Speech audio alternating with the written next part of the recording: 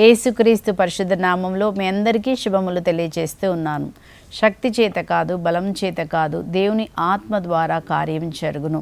కాబట్టి ప్రతిరోజు మనం దేవుడి మీద ఆధారపడాలి. ఈరోజు మనము ధ్యానిస్తున్న అంశము, మన మనస్సులోని తలంపులను దృఢపరచుకోవాలి.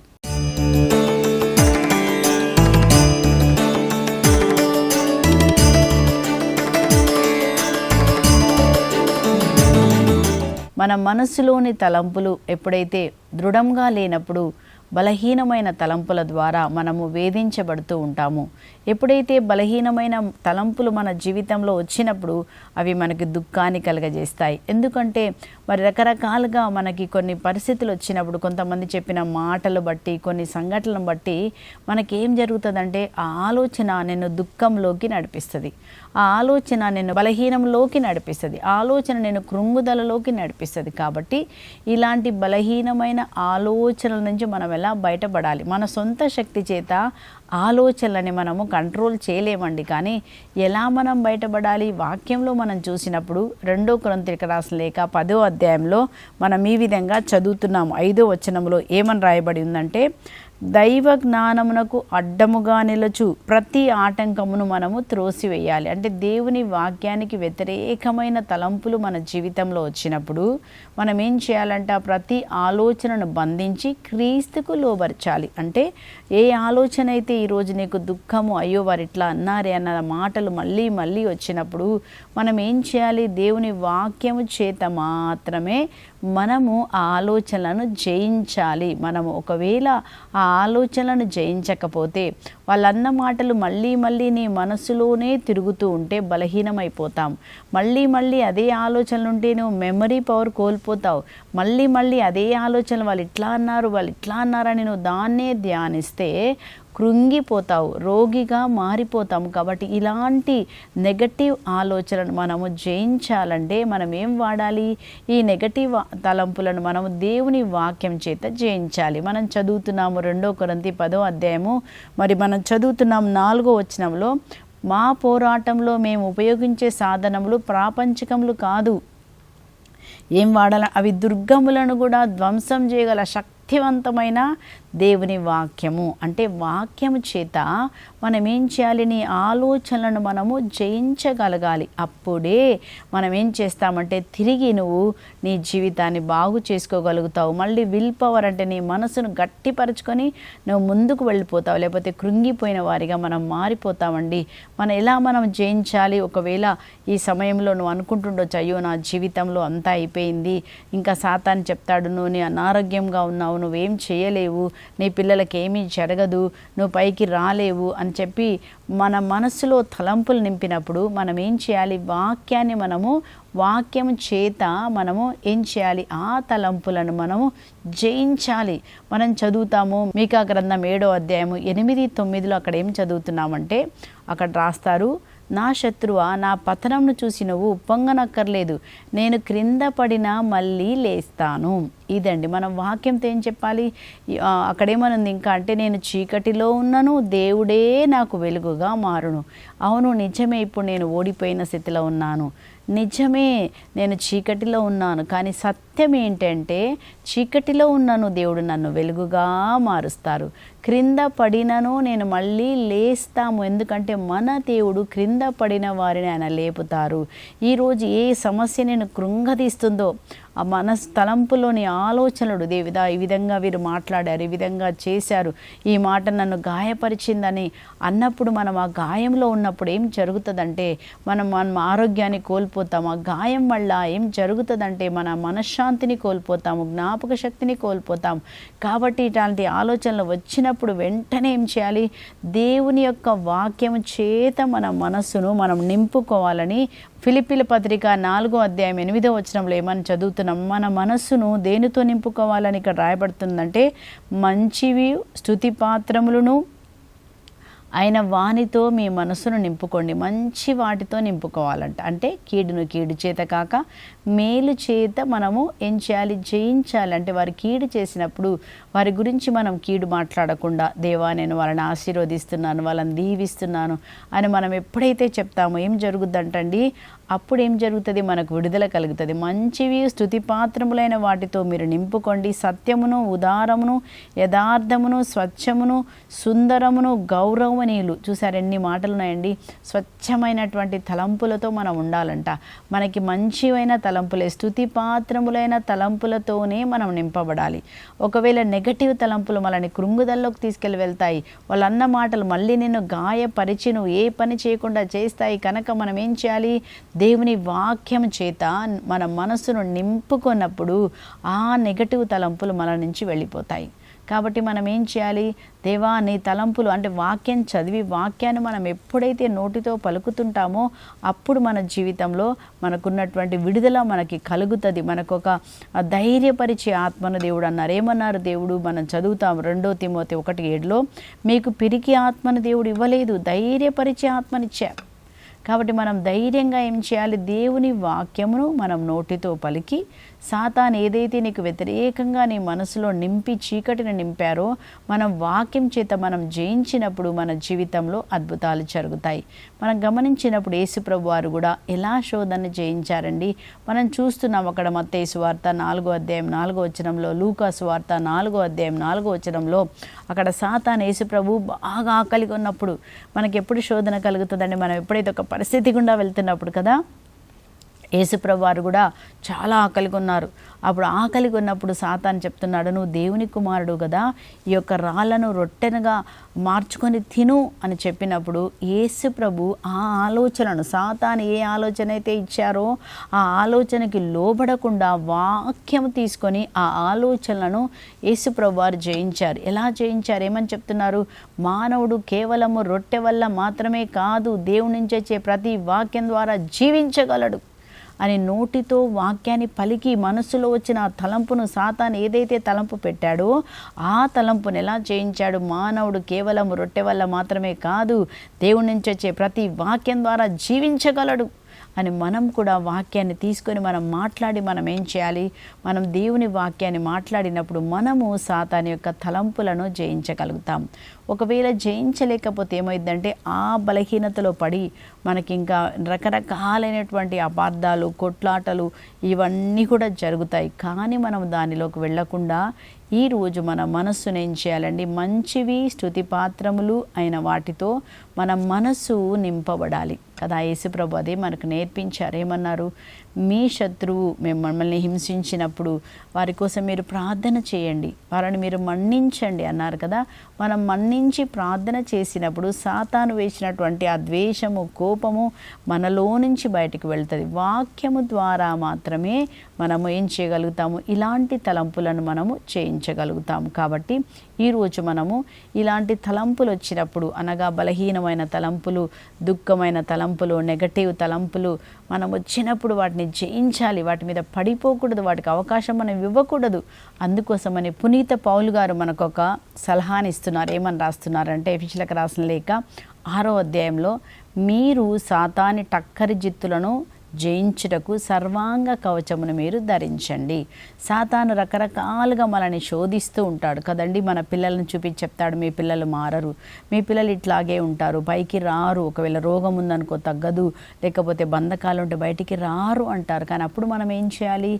ఆ దాని ప్రకారం మనం పలకకుండా మనం ఏం చెప్పాలంటే, నా దేవుడు అపవిత్రతనంతా తొలగించి, దేవుడు ఇది కఠిన హృదయాన్ని తీసివేసి నేను నీకు పరిశుద్ధమైన హృదయం ఇస్తాను.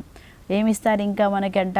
నూతన హృదయాన్ని ప్రభు కలగచేస్తారు. పాత హృదయము బంధకాల నుంచి విడిపించి ఆయన నూతన హృదయం ఇస్తారంట. ఆ నూతన హృదయం వస్తుందని మనం నోటితో చెప్పాలి, చూడాలి.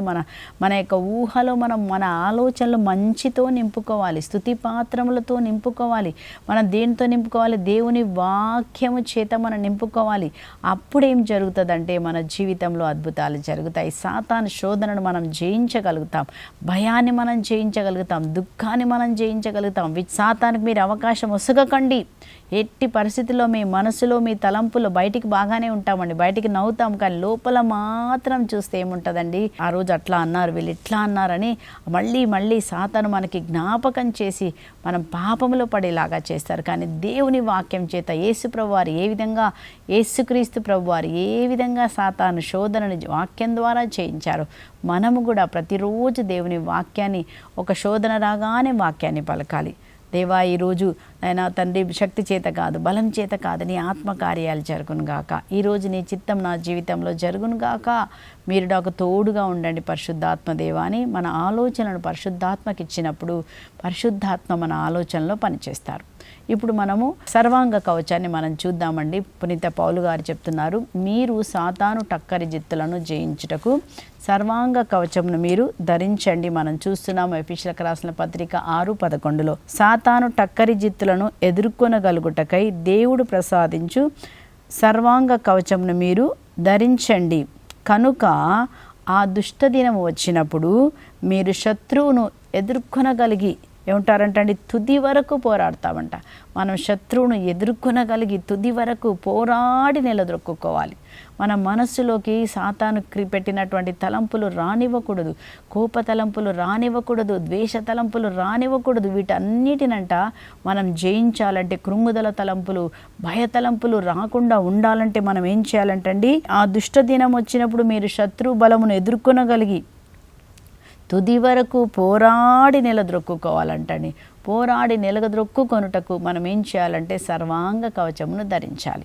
మొదటిగా మనం చూద్దాం సర్వాంగ కవచంలో, అక్కడ మనం 7 విషయాలు చెప్పబడ్డాయి, 7 సర్వాంగ కవచాలు. మొదటిగా మనం చదువుతున్నాము ఎఫెసీయుల పత్రిక 4:14.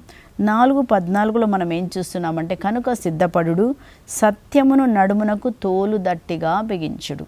అంటే సాతాను నీ మీద యుద్ధం రాకుండా, నువ్వు సాతాను శోధనలో పడకుండా ఉండాలంటే మొదటి కవచముగా చెప్తున్నాడు, మనకు ఒక సలహాని ఇస్తున్నాడు. ఇక్కడ ఏమంటున్నాడు, సత్యమునంట మనము నడుమునకు తోలు దట్టిగా మీరు బిగింపుడు. అంటే ఇక్కడ సత్యం అంటే ఏంటండి, ముందుగా మనం రెండు విషయాలు సత్యంలో.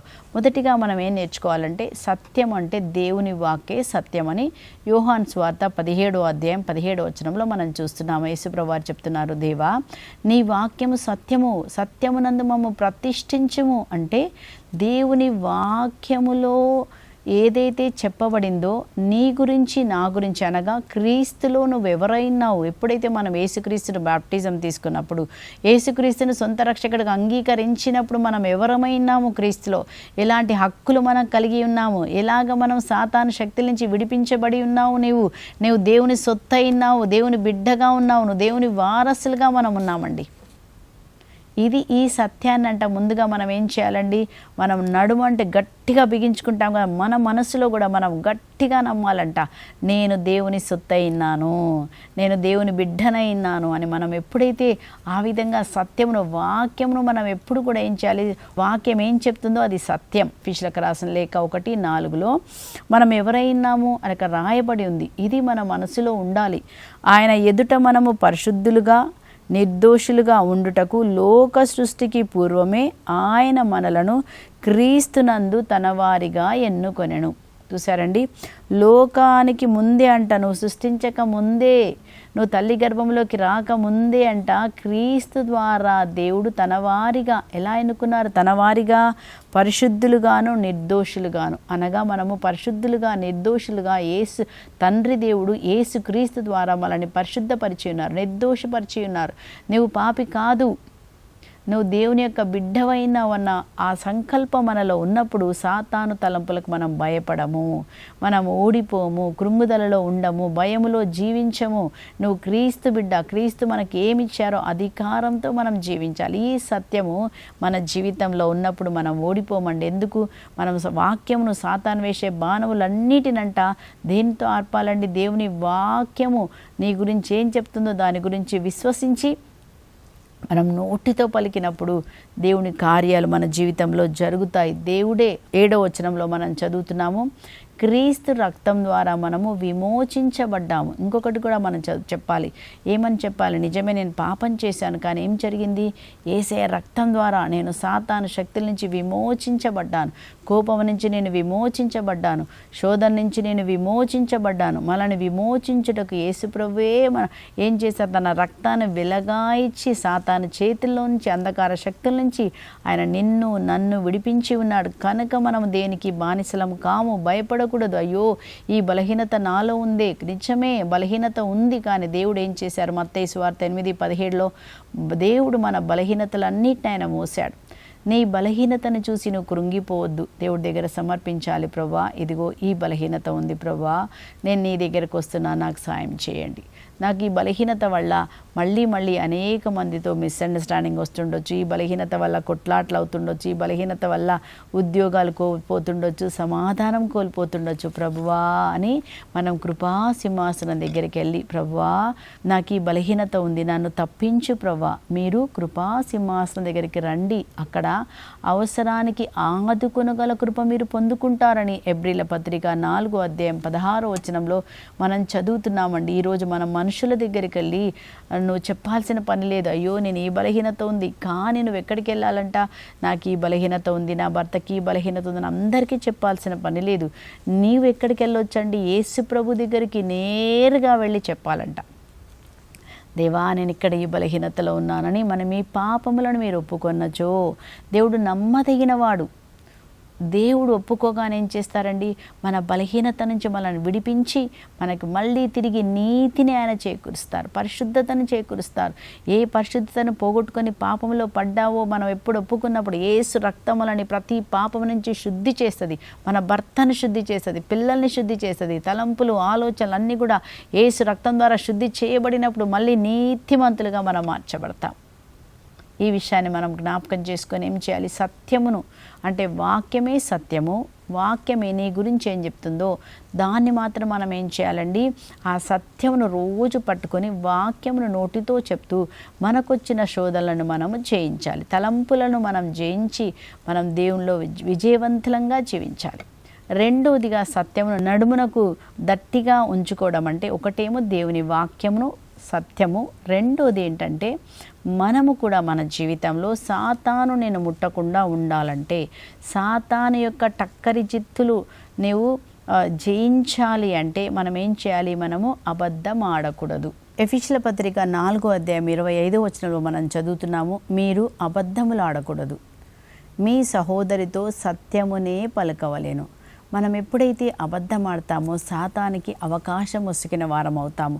అప్పుడు సాతాను మన జీవితంలో రకరకాలుగా ఏం తీసుకొని వస్తాడు? రకరకాలైనటువంటి వేదనలు, బాధలు, శోధనలు, మరి దేవుని కృపను కోల్పోయేలాగా చేస్తాడు. కాబట్టి మనం ఏం చేయకూడదు?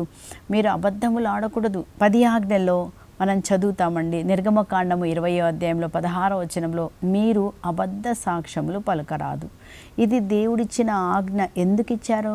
ఒకవేళ మనం అబద్ధం ఆడినప్పుడు సాతాను మనపై అధికారాన్ని కలిగి ఉండి దాని ద్వారా మన జీవితంలో అనేక విధాలుగా శోధిస్తూ ఉంటాడు.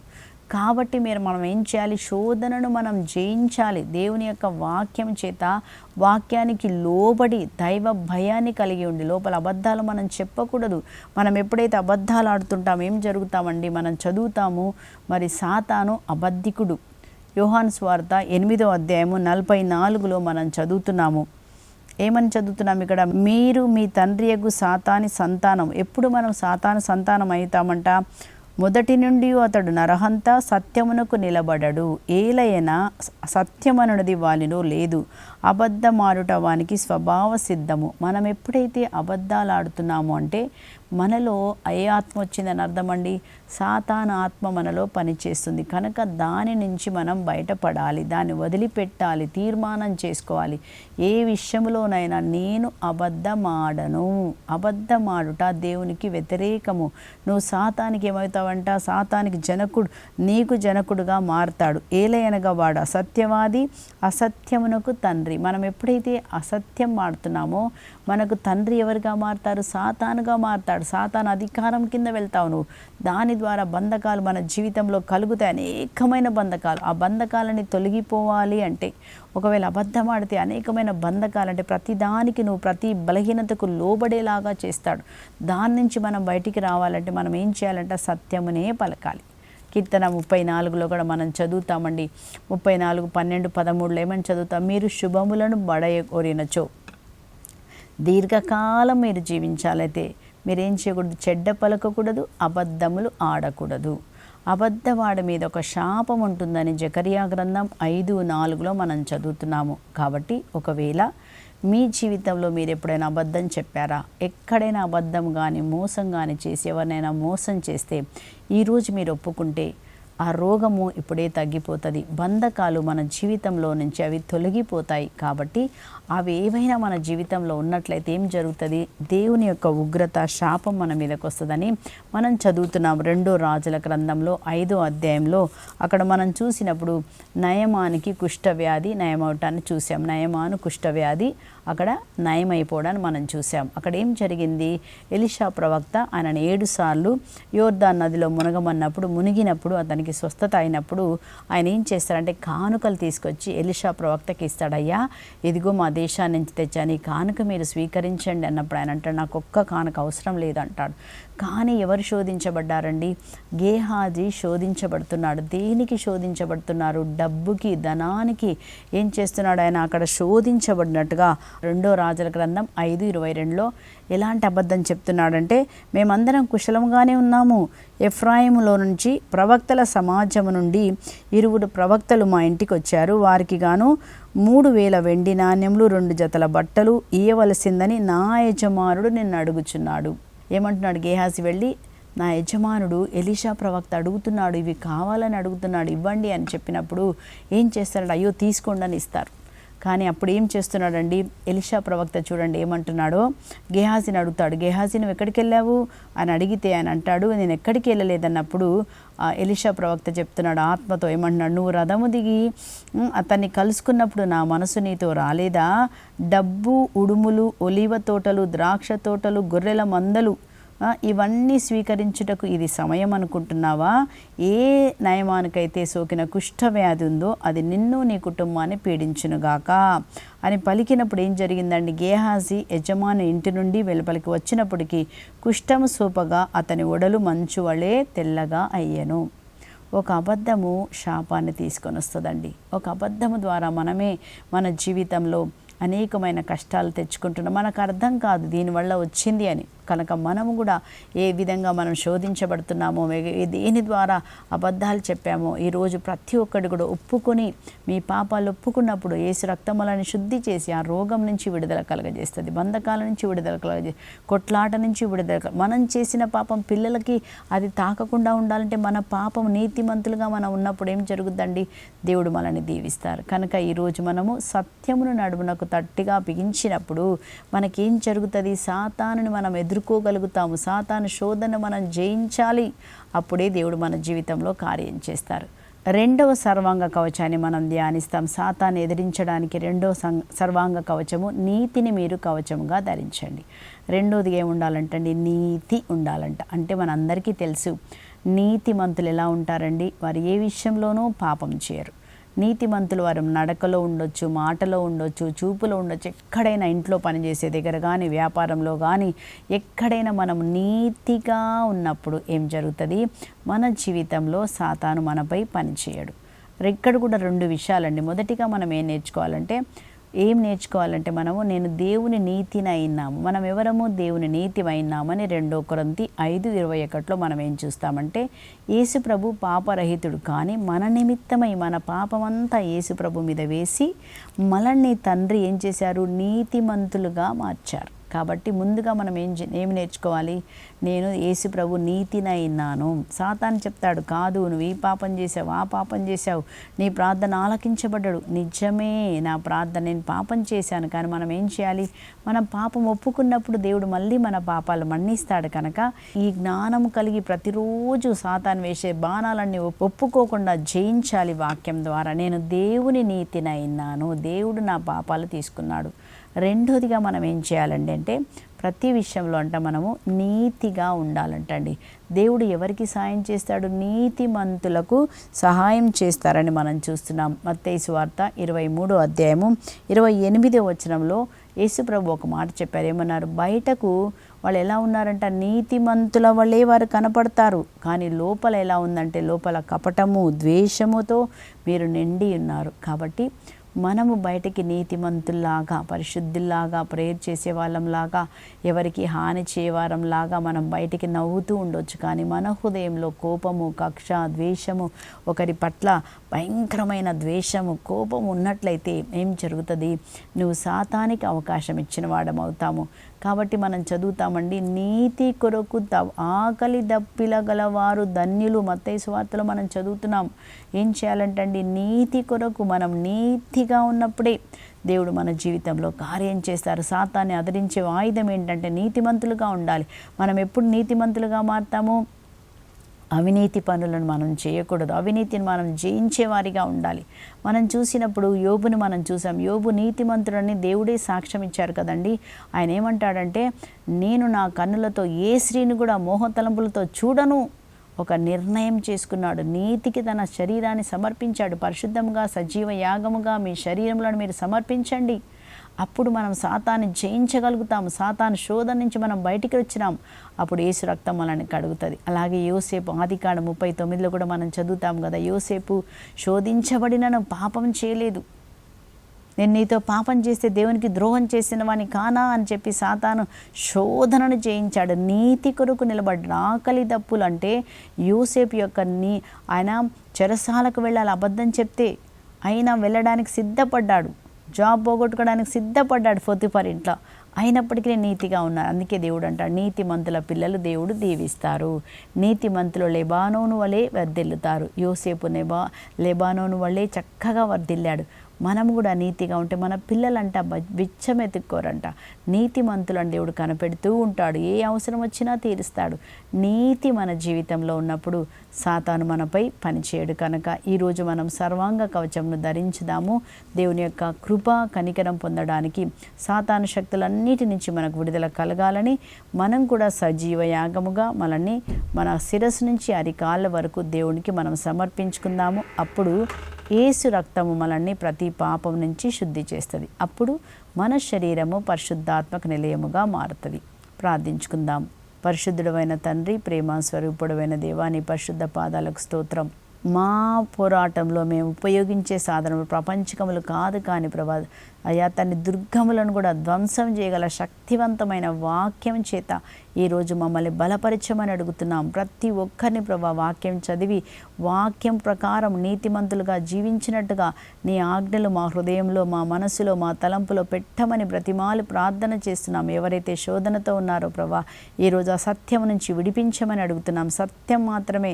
అలాగే ప్రభా నీతిమంతులుగా జీవించుటకు మీ కృపను మరొక్కసారి మా అందరికీ దయచేయమని, మా హృదయము తలంపులు శుద్ధి చేసి మేము నీ కొరకే జీవించినట్టుగా సహాయం చేయమని మా ప్రభును తండ్రి అయిన యేసు క్రీస్తు పరిశుద్ధ నామం పేరట అన్నీ అడిగి పొందుకొని ఉన్నాం పరలోకపు తండ్రి. Amen, amen.